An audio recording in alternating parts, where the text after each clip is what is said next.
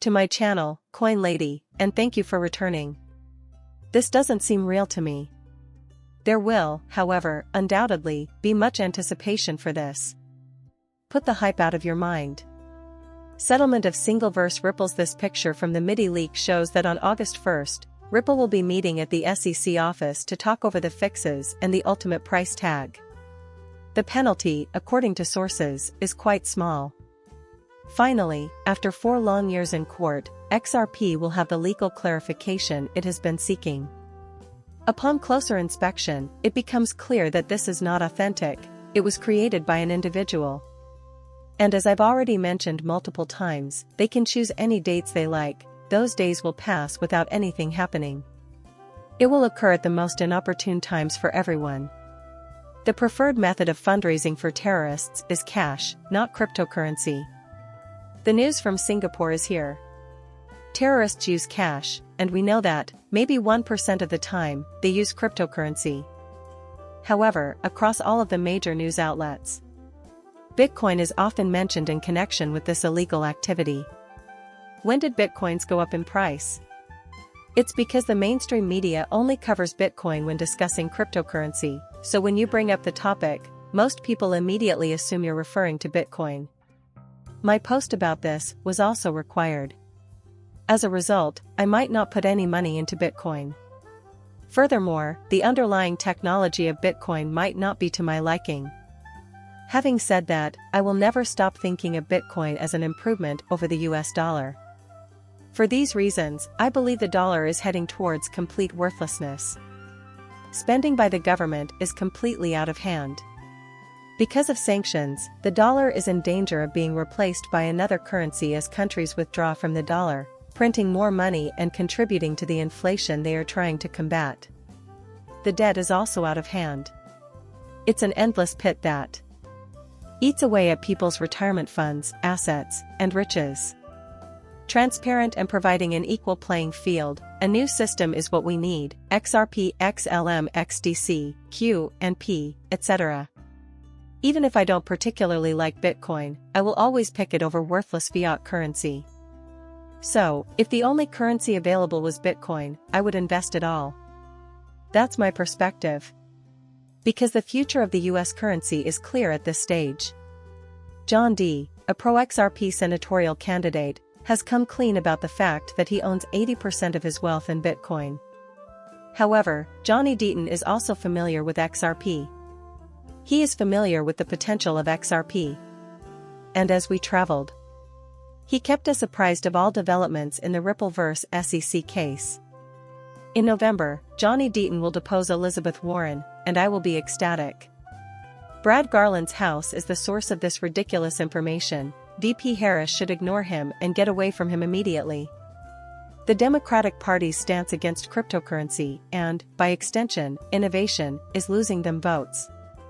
There needs to be clear regulations in place so that the United States can catch up to other leading economies and governments, especially because Republicans are winning support for welcoming and promoting innovation here. I don't understand. The United States appears to be falling behind other developed nations' economies and governance. From here, we must an unambiguous way ahead. Individuals such as Brad Sherman are a prime example. Because he approves of the Federal Reserve printing money out of thin air, he is the one responsible for the US dollar's perpetual depreciation. Voting these individuals out of office is necessary. We need someone who is pro-American and wants innovation to develop in this country to replace these types of people. On Shaba, the net advisors listed Ripple under the CBDC platform for the US.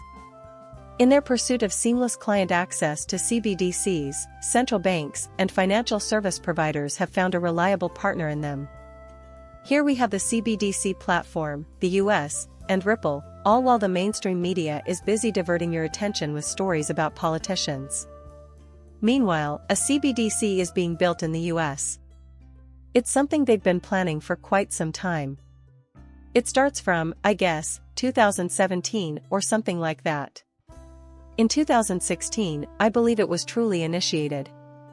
In my opinion, it is nearly ready to launch in the event of an emergency. However, this is taking place in the background. The news reports from the major media outlets include all the essential themes. However, according to the November Gemini survey, the majority of crypto owners would consider the crypto positions of presidential contenders. In the end, though, the US will have a CBDC.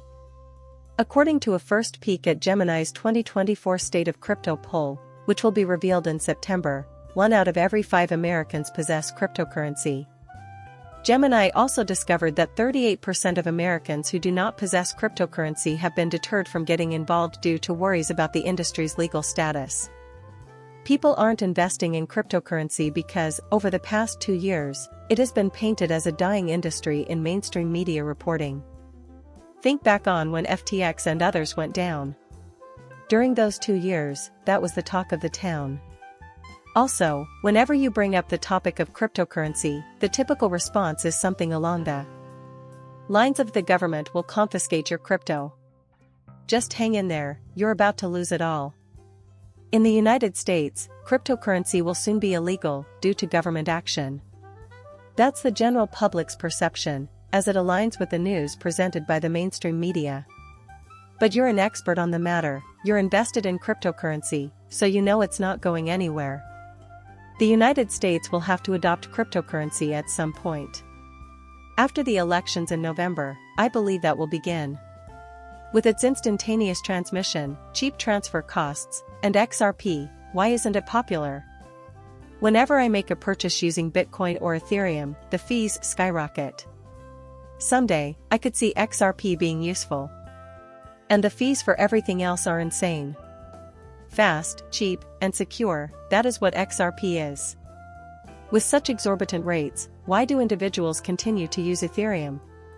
Like Bitcoin, it doesn't make any sense unless you consider it through the eyes of the people who stand to lose if XRP triumphs. These are the people who, even now, go to extreme lengths to sow discord against XRP, and they're willing to do anything, even pay others to do it, if it means protecting their own interests. When XRP flips Bitcoin, which will happen again, that is the day.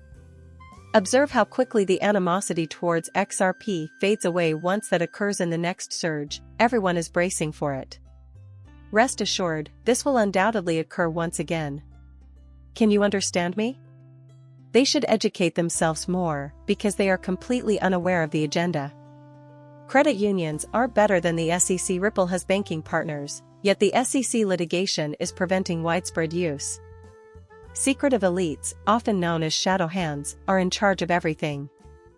As a result, other banks are being left behind by the SEC's increased corruption, and Gary is letting his large banker pals get involved with custody of digital assets. The reason I will always be invested in XRP is because Gary Gensler, Ripple superstar and U.S. Department of Treasury, together with Nellie Leong, U.S. Department of Treasury Undersecretary for Domestic Finance, was at a roundtable discussion. When it comes to international money transfers, LM is the next logical step, followed by Stellar and Ripple. Make sure you're always seated at the table. This is why I've always maintained that XRP holders like us will be affluent regardless of the future. With that matter resolved, the banks will be free to begin their involvement with Ripple, and it's highly probable that they will also be involved with Stellar. Michael Saylor is accused of staring us down by the Bitcoin bailout ship. Michael Saylor appears to be intent on seeing to it that Bitcoin becomes centralized as of late. After co-signing on the concept that the US government should purchase Bitcoin in a quantity equal its enormous gold holdings, Michael Saylor, co-founder and executive chairman of Michael's MicroStrategy, is facing some tough questions. In my opinion, the United States will not be purchasing any Bitcoin. Take a look at what everyone else is up to. One after another, nations are reinvesting in physical gold. Central banks are constantly increasing their gold holdings, which bodes well for the eventual introduction of gold-backed CBDCs. The entire notion of Bitcoin as digital gold is rendered obsolete the moment gold is tokenized. That is the way ahead. Thank you for watching my channel and for subscribing. I'll see you later.